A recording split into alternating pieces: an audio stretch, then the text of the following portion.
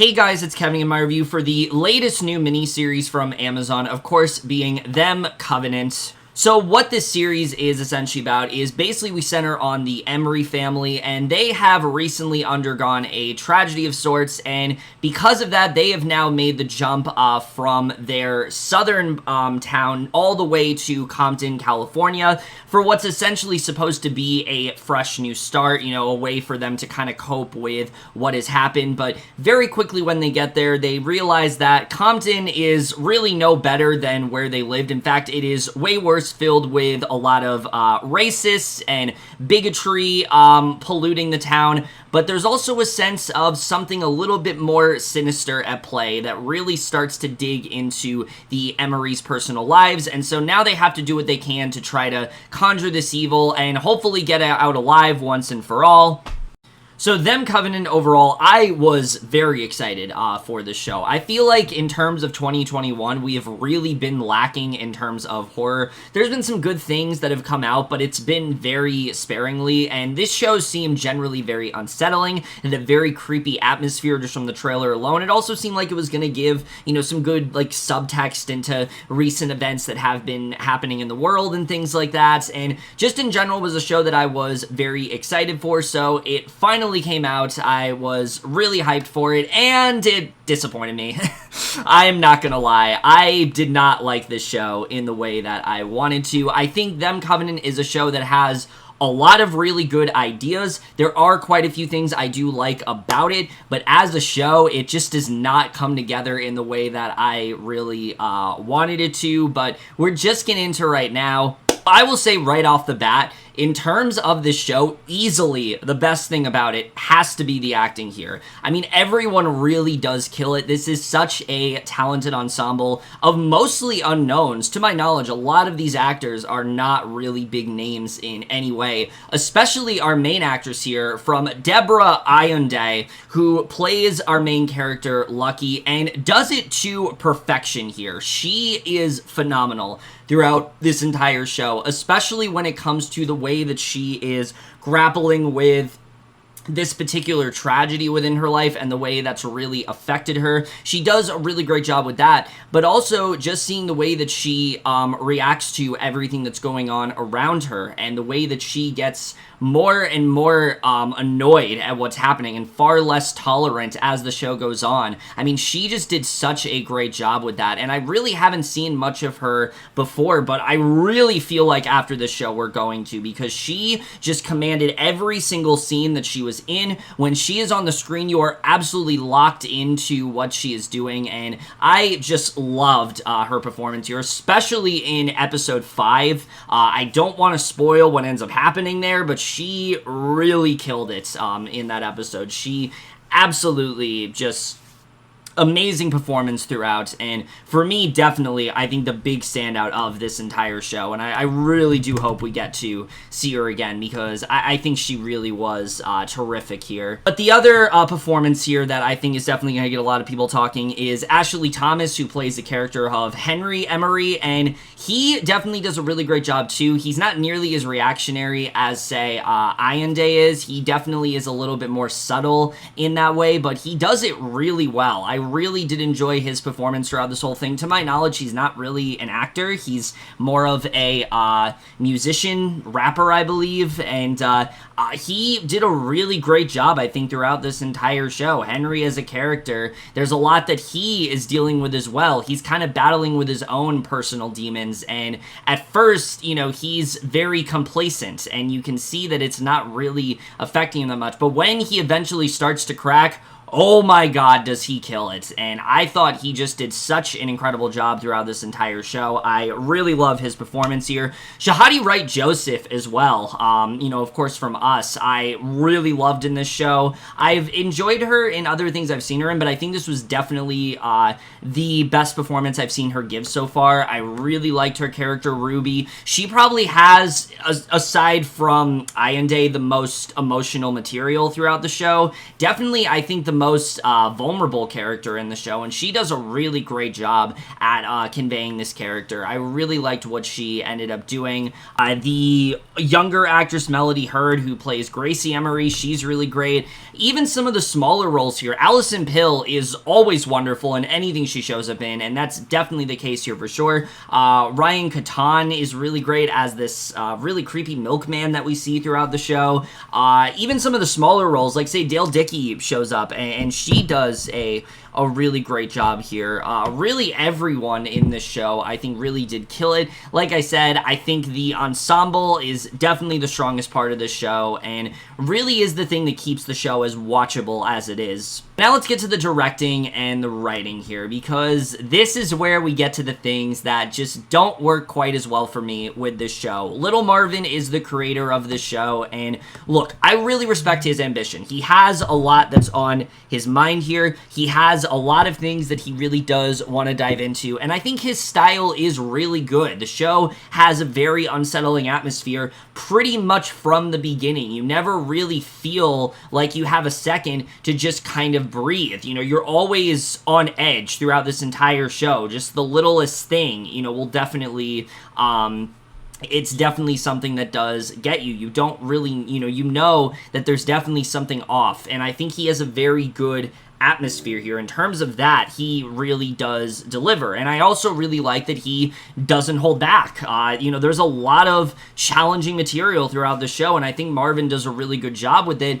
The problem is it's very style over substance, and what I mean by that is not saying that, like, the style isn't important, because it definitely is, but the style overtakes basically everything. In terms of the tone here, it's a bit all over the place. The show has a hard time deciding whether or not it's a drama or a horror, and again, I just don't think that it was quite as it was blended quite as well as I think Marvin thinks it is. I just don't think in general the lines blurred in the way that it should. I think that there had to be a medium, and it just wasn't really there. And that's the thing that just wasn't really clicking for me in the show, is that I definitely felt unsettled, but at the same time, I also really liked diving deeper into these characters. And I think the show definitely should have been more of a drama and less than a horror show, because I just don't think it works as both. And I think that's the thing that definitely does bring the show down, amongst a few other things that I just don't think work quite as well as they do. But like I said, I just think his directing overall, he felt so focused on the style. He is so focused on trying to scare you. He is so focused on trying to just really leave you in constant shock and awe, and just have you aghast that he even went where he did in this show. But I just don't think, substance-wise, it just didn't really feel like he had a lot of direction of where he really wants this to go, and that really ties into my larger issue with the show, the writing. The writing here, again, there's a lot of things I do admire about this show. When it comes to the Emerys as characters, they're honestly pretty well written, especially when it comes to our main character of Lucky. You really do get the sense at who she is now versus who she was before this tragedy. And this tragedy that's happened, it's a very recent one. It's not like this happened like a year ago. No, this is something that she's just recently had to deal with, and you see how it really is starting to have an effect on her more and more throughout this entire show, and sort of eviscerates who she really was, and really kind of change her as a person. And I think that's something the show does dive very well into when it comes to the character of Lucky. You're constantly wondering, what's really going on with her, and when it's eventually revealed what is, you just feel such great sorrow for her as a character, and they do a really good job with that. So I think that's very well written. Or you have our character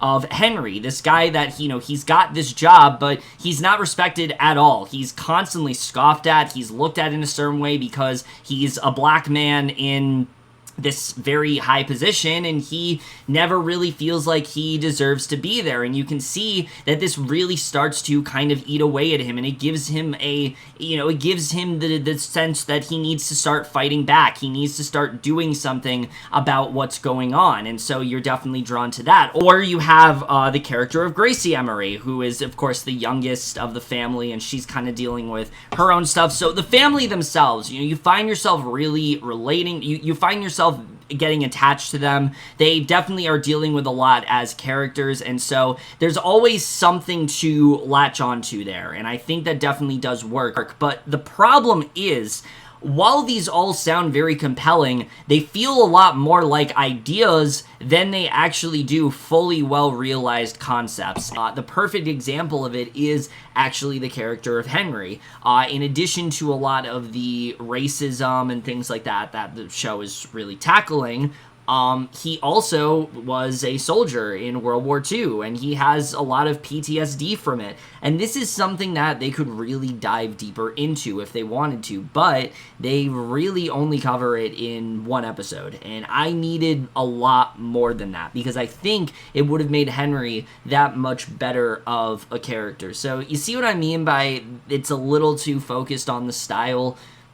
Because of that, the story, it just doesn't do a lot with its characters aside from how it directly affects the style, and I think that's something else that really does hurt the show. Now, I will say, the one thing the show does do a really great job with is how it decides to depict racism. It definitely does it in a really good way. You see the effect that it has on these characters, not just emotionally, but psychologically. Ruby, for example, as a character, has an amazing storyline where she is in a school, obviously all white. She's the only black person that's there, and obviously she is, discriminated against, and it really starts to get to her to the point of self-loathing. And I really love the places that this show was willing to go. It has a lot of very hard discussions, and it handles a lot of it very well. So I think that side of things, the show does do a really good job with. It does do a lot when it comes to racism and bigotry and things like that. So that's something I do applaud the show for, is that it is willing to go there, to have those conversations. I just wish that the show would put just as much emphasis on the characters as it does on the important issues and the horror of it all. The other big problem with the show, though, easily, is aside from the Emerys themselves, every other character in this show doesn't really feel like one. The one thing I will definitely give the Emerys, even though I do think some of them are kind of underwritten, is that they at least have something to latch onto. They have something for you to really get behind. The other characters in this show, forget it. Betty, for example, played by Alison Pill, who, like I said, does do a good job, has an extremely confusing arc throughout this entire show. First of all, the way that she talks, and especially the way that she has such hatred towards these characters, it's done in an almost cartoonish manner. It just doesn't feel like a fully well-realized, it doesn't feel like a real person. It feels more like a plot device in that way, and it just really doesn't work. You don't have anything to get behind, and obviously, I'm not saying you want to like these characters, but I look at something like Get Out, for example, where obviously, these are characters that were deplorable with what they were doing. Everything that they were doing was absolutely disgusting, but you had a lot of time to get behind why they feel this way. What is their mindset? What really fuels them? And it makes their characters inherently more interesting, and it also heightens the story. It definitely heightens your interest level when it comes to the story, and I can't really say that for them because a lot of these characters we're following just feel like caricatures. They attempt to dive into something with Betty. It seems like they're finally going to, and then they just never talk about it again. Instead, they give her this really weird arc that ultimately feels kind of pointless, and I don't really understand why we spend so much time on it. And whenever we cut to that arc, it is an absolute slog to get through. It is easily the most boring part of this entire show, and the show, I think, focuses on it way more than it really needs to. Where, again, I think it would have been wise if the show just dived deeper into why the characters think and feel this way, because then it would have definitely it would have given us a better understanding, and also I think would have made them a lot more threatening, because the fact they're so one-dimensional, they're just not really that threatening. Like, obviously what they're doing, you know, you care about it because of how it directly affects the Emerys, but you don't really care about it because you're just as scared, you're just as disgusted. You are disgusted by what they're doing, but I feel like if we got to see who these characters really are, we'd be even more disgusted by them, and the show really doesn't do a great job with that at all. So I think that's something else that really did fall flat here. The horror itself as well, some of it I think is really well done, but really the racism itself I think is way scarier than these creatures that they show throughout the show. There are specific figures that keep appearing, and some of them are really effective. There's this character, the tap dancing man. He's entirely modeled after like the Jim Crow portrayal of Black Americans, and he's haunting Henry Emery a lot throughout the show. And I think his character design is really good. There's some really good ideas with that character, but they really overuse this character, and it feels like he's basically just saying the same things over and over again, and I really wish that they would have done more with him. And the real big bad of the show as well, really just feels like an afterthought. It feels like they needed some big threat out there, so they just decided to give this guy something to do. They put focus on him. They give him this flashback episode of sorts as well, which is completely unnecessary, mind you. I did not understand the point of this episode at all. It didn't really get me it gave me an understanding of who this character was, but he already felt like an afterthought anyway, so I just didn't really understand why they decided to do that. So again, the writing is just very flimsy here. For everything I like, there's something I don't like, and that's just what's frustrating about this show, is that it feels like you're hinting at greatness. It feels like we have something really good here. You know, when the show is focusing on Lucky's inner turmoil with this specific tragedy and how it has really had this very visceral effect on her, it's really good. But outside of that, the show doesn't really know what to do with itself, and so I think that really does hold things back for me.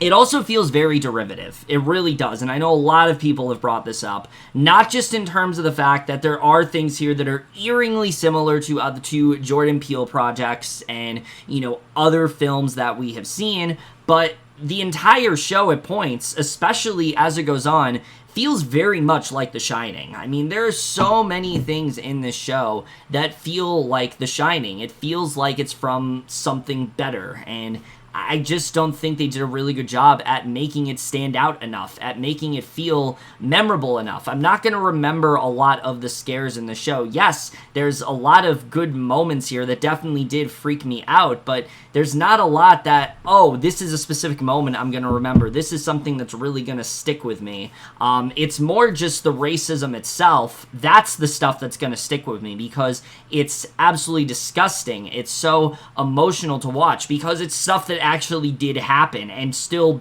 probably does happen today. Maybe not as in your face as it happened, but subtly, yeah, it definitely does still happen, and this show isn't trying to act like it doesn't, and so I think that's something that they do a good job with. It's just the horror element itself just did not really work in the way I think they wanted it to. Cinematography-wise, though, I think the show is fantastic. There's a lot of great shots throughout the show. The 50s setting as well is really good. I like the idea that the majority of these people, you know, a lot of them look the same and act the same. It definitely heightens the tension with the show. It definitely makes it a lot more unsettling in that way, and I think they do a really good job with that. There's a lot of great scenes in the show that are very well shot. There's a lot of moments that are going to stick in my head, and so I think cinematography-wise, the show is really great. I like the score here as well. It's not used a lot. The show has a lot more of a soundtrack than it does a score, but I think the score overall I definitely did enjoy, and the editing. I just think that this show needed a little bit more in terms of episodes. I think some episodes are a little too short, and I also think there are some episodes that drag on a bit too much. I don't think the pacing for this show was perfect. I think it definitely does hinder it quite a bit. In fact, I will say I don't really know if this show needed to be a TV show. I think this would have worked a lot better as a movie. I think there's a lot of moments in this show where we linger on things that we really didn't need to because it doesn't really amount to much at the end of the day. And so that's definitely something that really bothered me. And the ending of the show especially, I found to be very unsatisfying. You think the show is finally hinting at something. It's finally getting to a point where everything is just going to come to a halt. It's finally, everything's going to come together. Everything's going to finally make sense. And then it just ends. It just kind of ends. And I get what they were going for. I do. I understand the idea of what they were really trying to show. I just don't think it was presented in a very satisfying manner. I found myself needing a lot more, and I found myself constantly thinking about how much better it really could have been. And honestly, the ending of the show is what solidified the fact that I just did not really like the show all that much. I think there were, again, some great ideas, but the ending especially, I was like, I just need more from this, and they just didn't really give it to me. So now I do want to actually take this time to dive into some of the spoilers within the show, so if you have not seen them, I do overall recommend it. I think there's a lot of really good ideas here. I definitely do like the style a lot, but it is a show that I am not that satisfied with, and I think that definitely there are a lot of aspects in which it could be better, and if you've seen the show, you know probably what I'm about to talk about, so let's just dive into it. I'm just going to get to the stuff that really affected me, because when it comes to the horror of the show, like I said, the spirits and things like that are not really what I'm going to remember, mainly because the idea of Chester Emery, basically we know something happened to Chester. We know from the beginning of the show something has happened to Chester. We don't really know what it is. And when we actually see it play out in episode 5, which is by far the best episode of the show, not just because of where it ends up going, but that it really gives us a clearer idea of what Lucky has been going through. And oh my god, that whole sequence of this woman at first singing a really insensitive and racist song, and then just busting into the house, and you see these two men rape Lucky, but that's not all they're here to do. You think she's gonna take the Chester or something like that, or steal him, but no, she literally tosses him around like he's he's just like a pillow or something,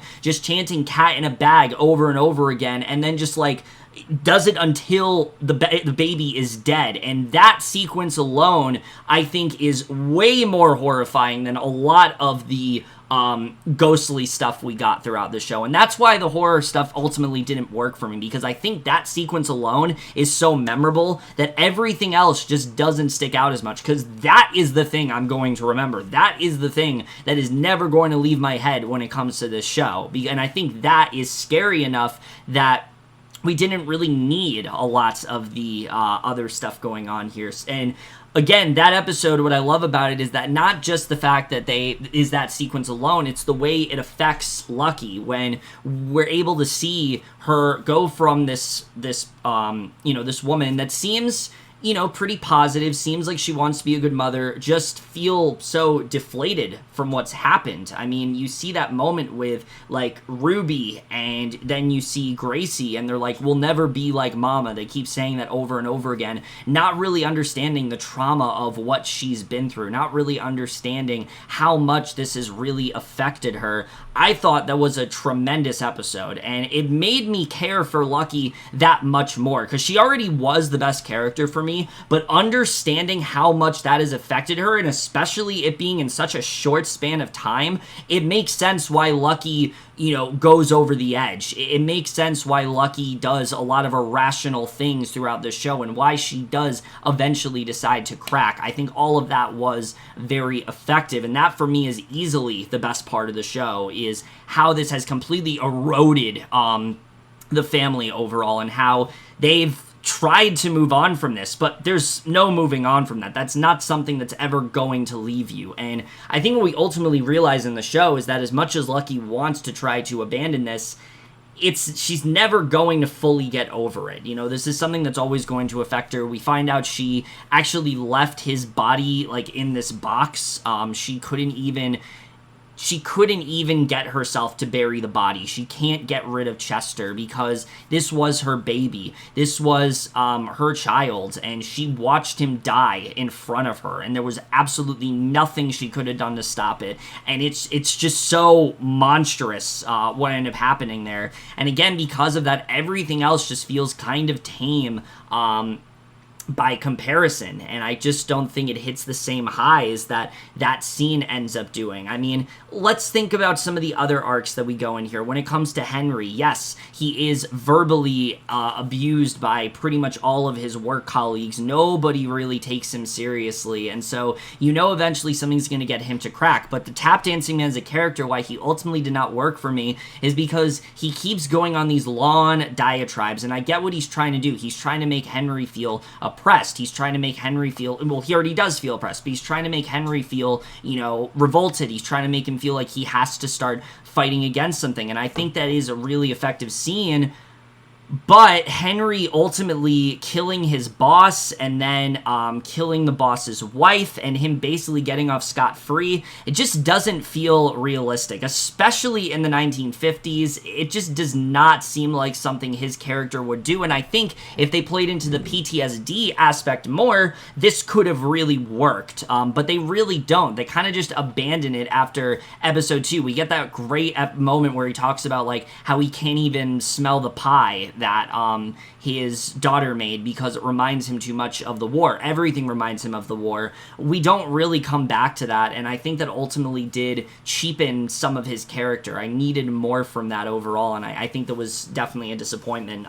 So I think the idea of the Tap Dancing Man is a good one, but ultimately he felt kind of pointless because Henry just easily defeats him. He realizes that he's not going to listen to him anymore, and, you know, he's in that theater. We do realize that he has a lot of guilt for Chester's murder because of the fact that he took his children to the movies, and he feels like if he had not done that, then he could have maybe prevented what happened, and I think that's a really good moment, but again, his arc in general is just very confusing to me where they decided to take him, so I just don't think it really worked overall. And then Ruby's arc, I really liked a lot. I love the idea that Ruby is seeing this, you know, this girl who's white, and she seems perfect, and she seems like a friend at first, but then she encourages Ruby to basically change her entire appearance. She makes her a cheerleader, she tells her to paint her hands white, eventually she paints her whole body white, and it ultimately gets Ruby to realize that not only is she, you know, how deeply affected she is by the racism, but it's making her not want to be black. She feels like this is a curse. She feels like something that she should try to get away from, and that I thought was a really great arc. But the problem I have with it is that I do not think that Doris as a character should have been an actual spirit. I would have liked it a lot more if this was something that was more psychological, if this was something that Ruby conjured up in her head to make herself feel better, you know, sort of like her wrestling with the idea that she is inferior, you know, that white people are superior to her, and that Doris is someone that looks at her and respects her, but in reality she doesn't exist, and this is just Ruby projecting the idea that she does exist, that, you know, there is someone out there that cares about her, but because of the fact of her race, you know, she won't be as respected. I just think that would have been a far more interesting idea, and having it be an actual spirit, I didn't really like. I didn't like that the Tap Dancing Man was a spirit either. And then the Black Hat Man, as a character, I just don't think really worked in the show. I mean, he doesn't even, like, yes, he's lingering in the background throughout a lot of this, and you do get the sense that a lot of this was, like, his doing, but he doesn't really get anything to do until really the 8th episode of the show, which, by the way, is easily the weakest episode. I mean, the way that episode was just so frantically paced with, like, Lucky in a mental institution, and you have no idea how she got there, and then you have that horrifying sequence of just Henry's fingers being chopped off, which that felt gratuitous. That felt gratuitous. I don't think that needed to be there at all. And then we get this long, like, elongated episode of the Black Hat Man and how he really came to be. And then, he made this pact with the devil where basically he now has to kill all black people, and if he doesn't do it, and if he does it, he's granted, like, eternal life, and that's a fine idea, I guess, but I just didn't really think that narrative really worked out, because we don't find out about it until literally the penultimate episode of the show, and so then when we get that finale, and we realize that he's lost, it's a fine moment, I guess, but I just didn't find him as a character to be all that necessary. Again, I like the idea that it's trying to show that, the inner turmoil and the racism and the fighting that these characters have to do, that it's never really going to go away. It can be any family that comes to Compton. I like that idea.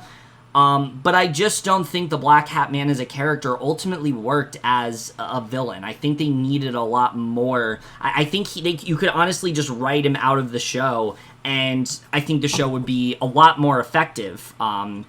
If he wasn't there, but they tried to have this greater evil, and I just don't think it ultimately worked. And that was one of the things that felt way too shining to me, especially the way that he is with Lucky, where he's trying to get her to really just kind of like unleash and like really showcase her, her most gruesome side, where she almost murders Gracie with that axe. Again, an effective scene, but at the end of the day, I feel like we still could have gotten this, just you didn't need it to be the Black Hat Man. You could have instead have it be her grief and how this is really affecting her and it's bringing out the worst in her. I think that just would have been a lot more, I think that just would have been better than it being this character that this entity that we don't really understand until the penultimate episode, and then it just feels kind of pointless anyway. And again, there's some good stuff in that penultimate episode, like that sequence of them with like the hot pokers, them literally burning that black couple's eyes while this woman is still going into labor. I mean, it's horrifying to watch. It's so just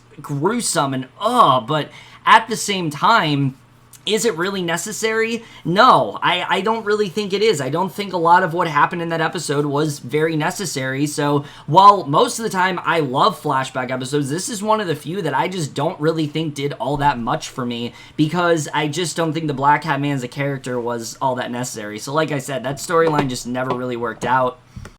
But the other two things in the show that just really didn't work for me, the whole storyline with Betty and the milkman.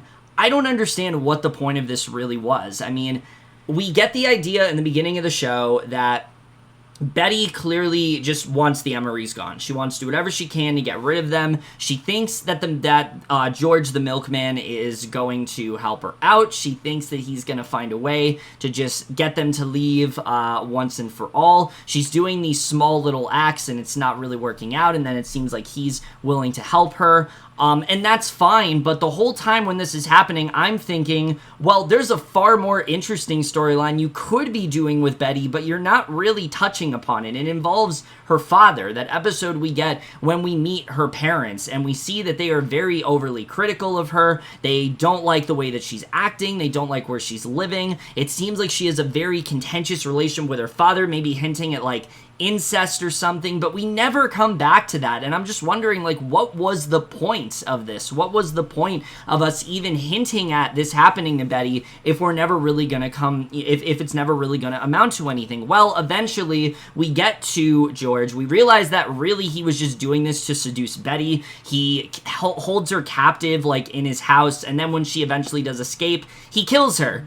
Literally kills her. So again, I'm just wondering, why did we put so much emphasis on this character? You kept hinting at the fact that there was more to her, that there was something that was going to happen, and then nothing came of it. And it just left me so unsatisfied where they decided to go with Betty as a character. Again, Alison Pill is a great actress, but Betty really did not work for me as a character, and the fact that she got so much focus in the show, I just found to be so unnecessary, and it's another thing that I think you can just kind of cut out and nothing would really be lost. And then the ending of the show overall, I kind of hinted at it before, but I just wasn't really a big fan of it. I understand that, like, they've defeated the Black Hat Man. He's not going to be, giving this eternal life anymore and things like that.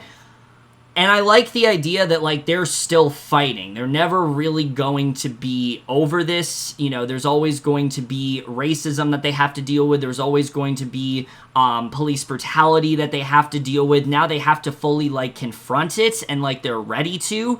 And you get the sense that probably things aren't going to be very good for the Emerys moving forward, but it's just not a very satisfying ending. I don't know. I would have liked it a lot more if they played into the angle that they were all suffering from grief and they find a way to overcome it, and you still can have the ending be the same way it is, but have it be something where they are fully over this grief, because really thinking about it, at the end of the day, I don't really know what message this show is trying to send. And I know that there's something. I know that there has to be something that little Marvin is trying to do. There's definitely more there. I just, for the life of me, cannot understand what they're really trying to get at here. What is the message of this show? Is it, again, that you're just there, that black people are always going to be fighting? They're never going to be able to fully get rid of these demons, even if they have some, there's always going to be someone out there? Is it that, grief consumes us all and it brings us closer together? Is it that, our insecurities, once we fully confront them, we become better versions of ourselves? I mean, I just don't really know what this show is trying to get at, and that's what was so disappointing about the last episodes. It felt like any purpose that the show had, any message that was trying to really, that it was really trying to shed light on, it just kind of abandoned, and it just kind of wrapped up, and I just was not very satisfied by the way it ended at all, and it just left a very bitter taste in my mouth. Again, I like the idea that they're still going to be fighting, but I just don't think it's a very satisfying ending, especially when we consider the fact that this dragged on for so long. It takes forever for them to even remotely understand what they're up against. It takes them forever to understand that this is a supernatural thing. They don't realize that for a while. They just think, maybe they're going insane. So to have all of that and then it just end in the way it does, in such a unsatisfying way for so many of these characters, I just needed a lot more from this show, and it just didn't really do it for me. So I just found myself really not loving the way this wrapped up at all, and I think, again, there was more they could have done, and they just didn't really go for it, and so it just ended in a very unsatisfying manner for me.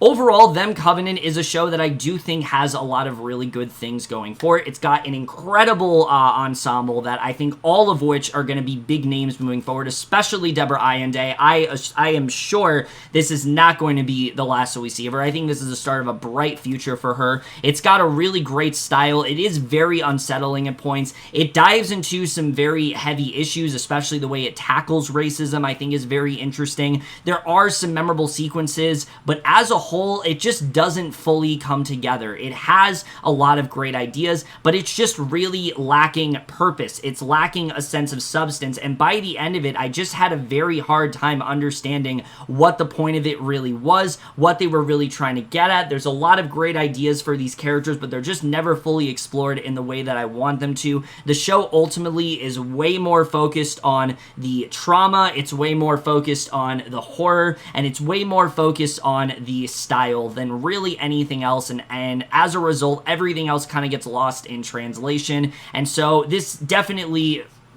did not hit the highs that I think it really could have. I think the show really could have been something special. I think little Marvin as a talent, he definitely does have it. I can definitely see him, I can definitely see him being someone that produces some really great content, but I think he just needs to put as much emphasis and as much focus on the style as on the substance as he does on the style, and I just don't think in this show that really did ultimately end up happening. So because of that, Them just did not really do it for me in the way that I wanted it to. So I am going to give Them Covenant overall a C+.